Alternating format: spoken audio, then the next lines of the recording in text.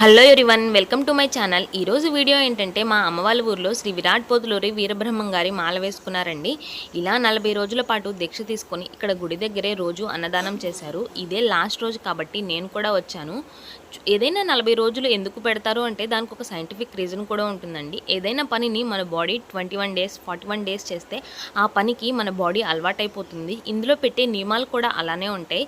బ్రహ్మముహూర్తంలో లెగవడం, చన్నీటి స్నానం, దైవారాధన, ఒక్కపూట భోజనం, నేలపైన పడుకోవడం, చెప్పులు లేకుండా నడవటం, ఇలాంటి మంచి మంచి మన బాడీకి కూడా ఎంతో బాగా పనిచేస్తాయి. మా అక్క వాళ్ళ అబ్బాయి కూడా మాల వేసుకున్నారండి. అందుకని మేము కూడా ఇరుముళ్ళకి వచ్చాం.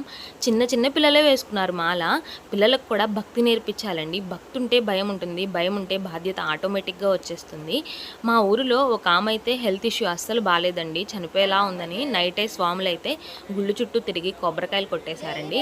ఊర్లో ఎన్ని గుళ్ళు ఉంటే అన్ని గుళ్ళు తిరిగేసి కొబ్బరికాయలు కొట్టేసి మార్నింగ్ గుడి దగ్గరికి వచ్చేసి ఇరుముళ్ళు కట్టుకొని బయలుదేరతారండి. ఆ బ్రహ్మంగారి స్వామి ఆశీస్సులు మీపై, నాపై, అందరిపై ఉండాలని మనస్ఫూర్తిగా కోరుకుంటున్నాను. వీడియో నచ్చితే లైక్ చేసి సబ్స్క్రైబ్ చేసుకొని వెళ్ళొచ్చు కదా.